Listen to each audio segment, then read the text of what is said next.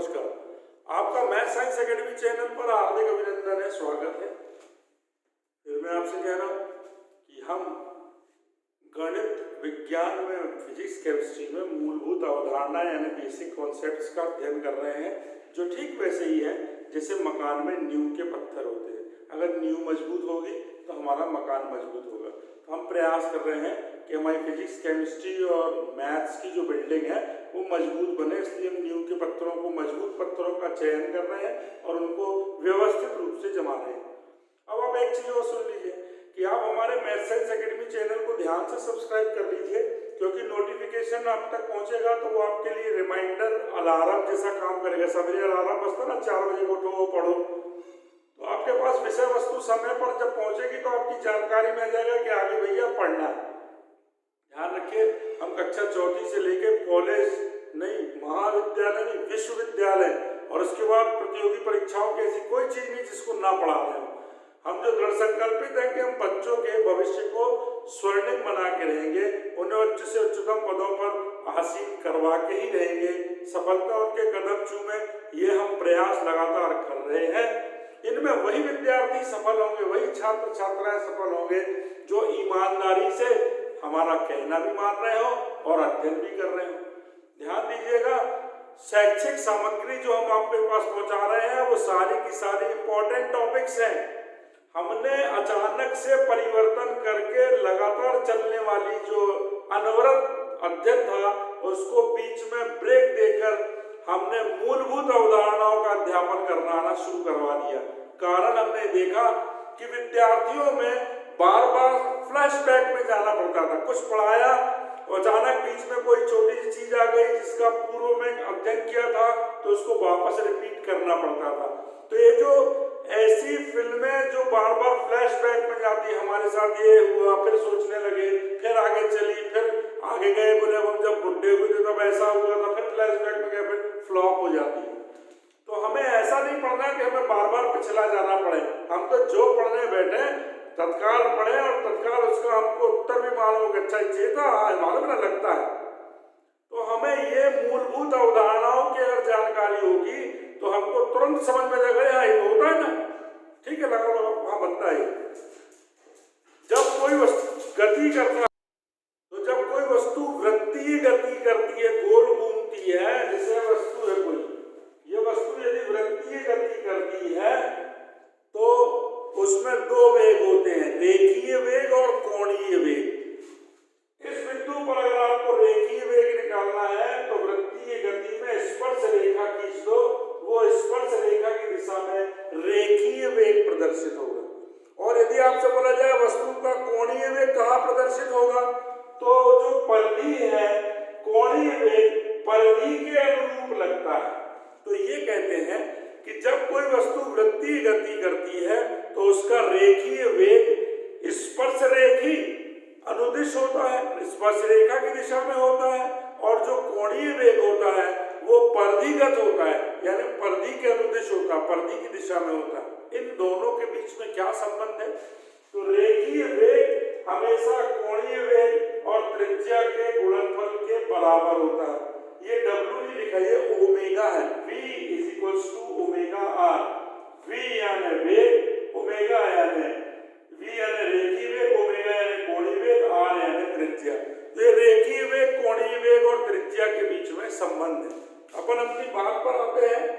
वृत्तीय गति में विस्थापन का व्यंजक, ध्यान दीजिएगा मैं जो बता रहा हूं, वृत्तीय गति में विस्थापन का व्यंजक, किसका विस्थापन, तो किसी माध्यम में जब तरंग गति करती है तो माध्यम के कण विस्थापित होते हैं, उसका व्यंजक होता है y = a sin थीटा या y = a sin omega t। ये काम आता है, समझेंगे आप इसको। तरंगों का या हम जो साइंस पढ़ते हैं उसमें से अधिकांश का ग्राफीय निरूपण किया जाता है। कुल मिला के मतलब ये है कि जिस भी वस्तु, विषय वस्तु का हम अध्ययन करते हैं उसका हम सत्यापन करके भी बताते हैं कि नहीं ऐसा था तो ऐसा हुआ है। बोले सत्यापित करके बताओ कैसे हुआ, तो सत्यापन भी करके बताते हैं। तो प्रायोगिक सत्यापन के लिए सर्वाधिक उपयुक्त विधि जो है वो है लेखा चित्र विधि, ग्राफीय निरूपण। तो पहले आप समझ लें, ये x अक्ष है, ये y अक्ष है, ए त्रिज्या के, ये ए त्रिज्या है, ए त्रिज्या के वृत्ताकार मार्ग में कोई कण v रेखीय वेग और ओमेगा कोणीय वेग से गति कर रहा है। ए त्रिज्या के वृत्ताकार मार्ग में कोई कण v रेखीय वेग और ओमेगा कोणीय वेग से गति कर रहा है और t सेकंड में वो a से b पे पहुंच जाता है और केंद्र पर थीटा कोण बनाता है। देखिए, वेग बराबर होता है विस्थापन बटे समय, रेखीय वेग बराबर रेखीय विस्थापन बटे समय, कोणीय वेग बराबर कोणीय विस्थापन बटे लगा समय। तो ये जो है कोणीय विस्थापन है, कोण के रूप में विस्थापन है। और हम आपसे बोले रेखीय विस्थापन, तो वस्तु A से B पर पहुंची तो A B ये जो है ये रेखीय विस्थापन है, ठीक है ना। तो अगर आप V बराबर लिखोगे, V रेखीय वेग, तो रेखीय विस्थापन बटे लगा समय, रेखीय वेग बराबर रेखीय विस्थापन बटे लगा समय, यानी V बराबर AB बटे T। और अगर आपने कोणीय वेग लिखा ओमेगा बराबर कोणीय विस्थापन बटे लगा समय, तो कोणीय वेग ओमेगा बराबर कोणीय विस्थापन होता है थीटा बटे लगा समय टी। टी का क्रिया गुणा किया तो थीटा बराबर ओमेगा टी होता है। आपको मैं एक चीज बताऊं, जब कोई तरंग किसी माध्यम में गति करती है तो माध्यम के कण किस प्रकार गति करते हैं, पहले उसको समझे फिर अपन इनको समझे। जब कोई तरंग किसी माध्यम में प्रवेश करती है तो कण कैसे गति करते हैं। मान लो कण यहाँ है तो उसकी परछाई यहाँ y अक्ष पे, ये x अक्ष है, y अक्ष। कण यहाँ से यहाँ पहुंचा तो इसकी परछाई यहाँ आ गई, कण यहाँ से यहाँ पहुंचा इसकी परछाई यहाँ आ गई, कण यहाँ पहुंचा तो इसकी परछाई भी यही पहुंच गई, फिर कण इधर आया तो इसकी परछाई इधर आ गई, कण इधर आया तो इसकी परछाई इधर आ गई, कण इधर आया इसकी परछाई इधर आ गई। अब कण इधर आया इसकी परछाई इधर आई, कण इधर आया इसकी परछाई इधर आई, कण इधर आ गया परछाई इधर ही आ गई। अब कण इधर आया परछाई इधर आ गई, कण इधर गया परछाई इधर आ गई, कण इधर गया परछाई इधर आ गई, कण इधर गया परछाई इधर ही पहुंच गई। यानी कण यहाँ से पूरा गोल घूम गया, इसकी परछाई यानी छाया चित्र, इसका विस्थापन y अक्ष पर कैसा हुआ। तो कण जब यहाँ से यहाँ गया तो कण यहाँ से यहाँ गया, जब कण यहाँ से यहाँ आया तो विस्थापन यहाँ से यहाँ आया, जब कण यहाँ से यहाँ गया तो विस्थापन यहाँ से यहाँ हुआ, जब कण यहाँ से यहाँ गया तो विस्थापन यहाँ से यहाँ हुआ। यानी जब तरंग गति करती है तो विस्थापन अगर अक्षों के रूप में यानी हम उसका ग्राफीय निरूपण करें तो y अक्ष पे ऐसा होगा, ऊपर गया नीचे आया, नीचे गया ऊपर आया, ऊपर गया नीचे गया, नीचे गया ऊपर आया। y अक्ष पर लंबवत ऐसा विस्थापन होता है। ये किसी भी माध्यम में जब तरंग प्रवेश करती है तो कण की गति और उसका विस्थापन किस प्रकार होता है, ये मूलभूत अवधारणा है। हम हमेशा y अक्ष पर ही कण का विस्थापन क्यों प्रदर्शित करते हैं, ये मैंने इस विधि से समझाया। अब देखें आप, ये कण A से B पे पहुंच गया तो जब ये यहाँ से यहाँ पहुंचा तो y अक्ष पर ये इसका विस्थापन यहाँ लंब खींच दिया, यानी ये हो गया y। ये y इस कण का y अक्ष पर विस्थापन है। अब हमने ये y है, ये भी y होगा, क्यों, क्योंकि ये आयत है, ये भुजा इसके बराबर, ये भुजा इसके बराबर। ये त्रिभुज ले लो OBM, O यहाँ लिखना भूल गया, OBM, तो BM यानी हो गया y, ये y इसके बराबर, OA और OB त्रिज्या होगी, ये हो गई a, ये है थीटा। तो 90 के सामने वाली भुजा कर्ण, ये दोनों कोण बने, ये हो गया आधार, ये हो गया लंब। साइन थीटा मतलब होता है लंब बटे कर्ण, लंब यानी y, कर्ण यानी ए क्रिया गुणा किया तो y बराबर a sin थीटा। ये सूत्र है y बराबर a sin थीटा। तरंग जब किसी माध्यम में गति करती है तो माध्यम के कणों के विस्थापन को प्रदर्शित करने का सूत्र व्यंजक y बराबर a sin थीटा होता। कोणीय वेग बराबर ओमेगा बराबर थीटा बटे टी, क्रिया गुणा किया तो ओमेगा टी बराबर थीटा हो गया।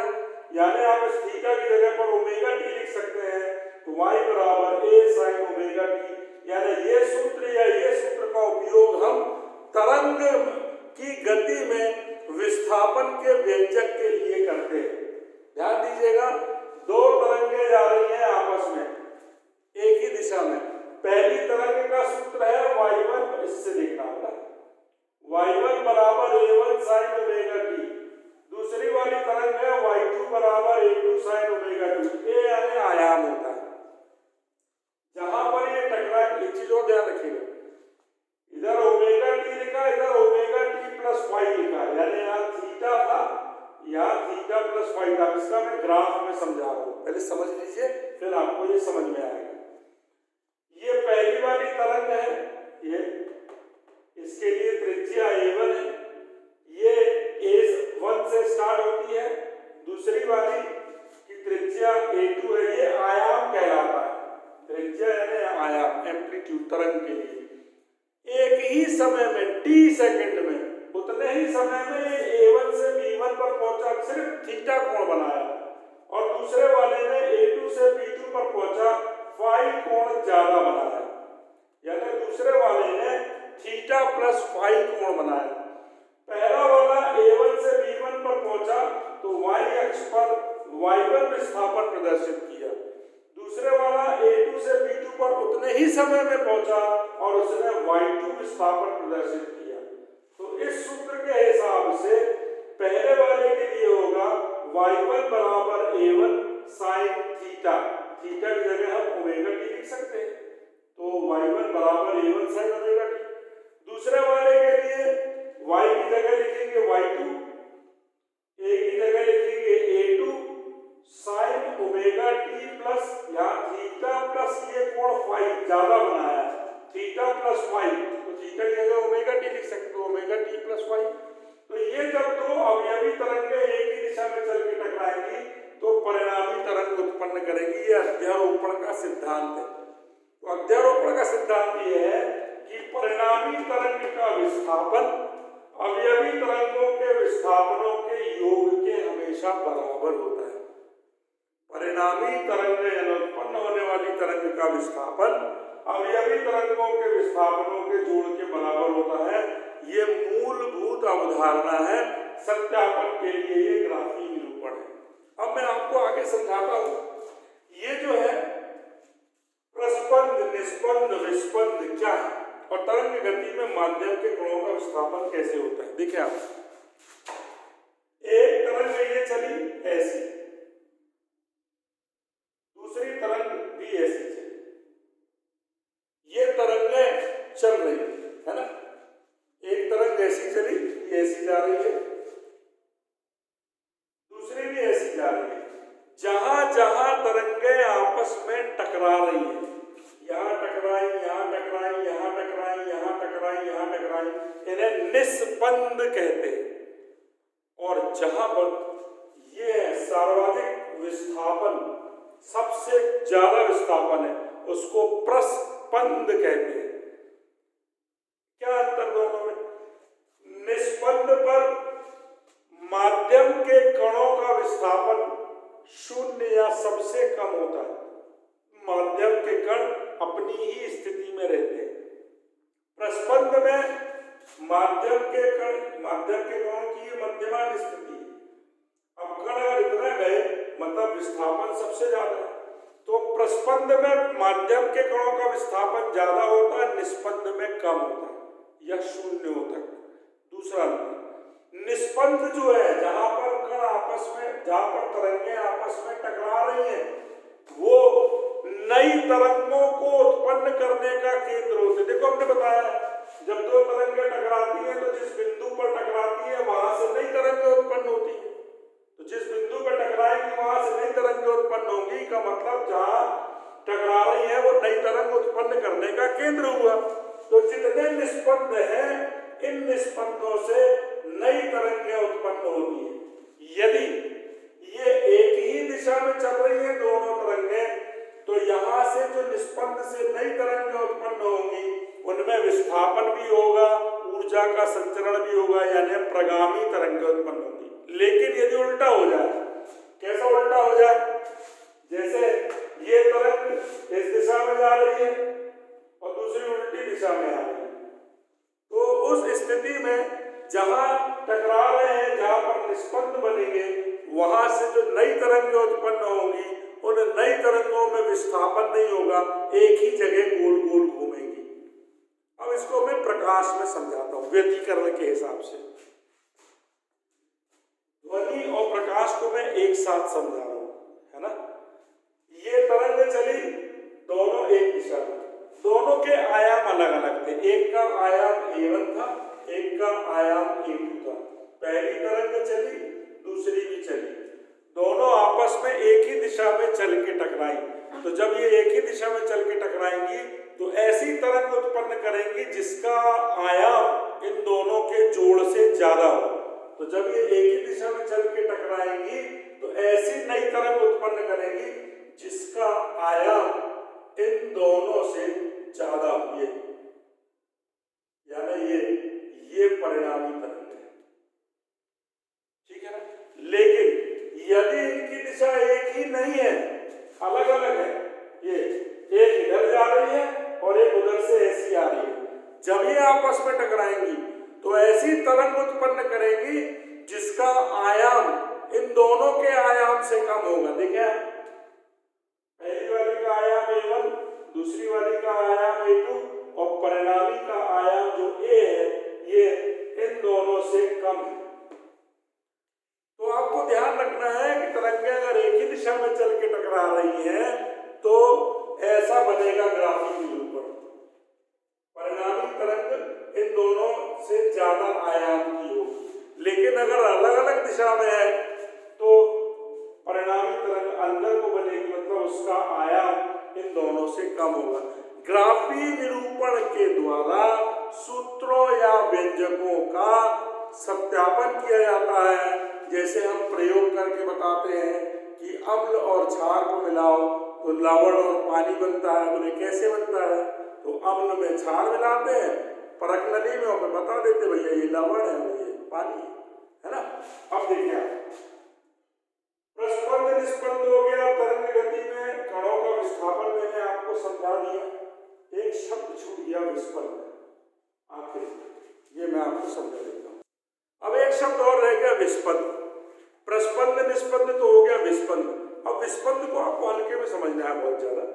जब दो समान गुणधर्म की तरंगें आपस में टकराती हैं तो जो नई तरंगें उत्पन्न करती है उसकी आवृत्ति में बड़ा उतार चढ़ाव होता है, कभी ज्यादा कभी कम, कभी ज्यादा कभी कम, कभी ज्यादा कभी कम, है ना। जैसे उसको हम कहते हैं विस्पंद। परिणामी तरंग, टकराने वाली तरंग नहीं, परिणामी तरंग के आवृत्ति में होने वाले उतार चढ़ाव को हम विस्पंद कहते हैं, ठीक है ना। अगर आपको वैसा प्रैक्टिस करना हो तो घर में रेडियो बजाओ या स्पीकर बजाओ, जोर से बजाओ फिर धीमा कर दो, फिर जोर से बजाओ फिर धीमा कर दो, फिर जोर से बजाओ फिर धीमा कर दो, तो ये विस्पंद होगा। तो आवृत्ति में होने वाले उतार चढ़ाव को हम विस्पंद कहते हैं। ये आज का अपना इस वीडियो का समापन हुआ। ध्यान रखिएगा, आपको वीडियो पसंद आया हो। एक सुविधा नहीं है वो क्या है स्क्रीनशॉट की, है ना, क्योंकि अपन ऑनलाइन डायरेक्ट पढ़ रहे हैं। तो अगर आपको वीडियो पसंद आया हो तो लाइक करें, शेयर करें, हमारे मैथ साइंस एकेडमी चैनल को ध्यान से सब्सक्राइब करें।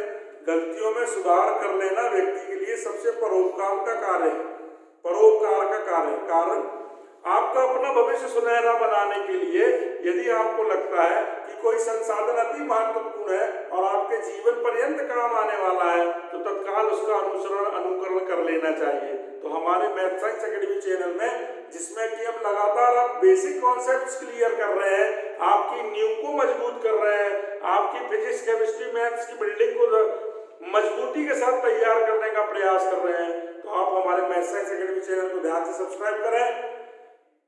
कमेंट बॉक्स में कमेंट्स लिखें, वीडियो को लाइक और शेयर तो जरूर करें ही आप, अगर आपको अच्छे लगते हैं, और अच्छे लगेंगे ही लगेंगे।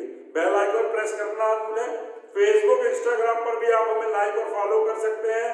लगातार हम आपके पीछे लगे हुए हैं। आपके लिए शुभकामनाएं। नमस्कार।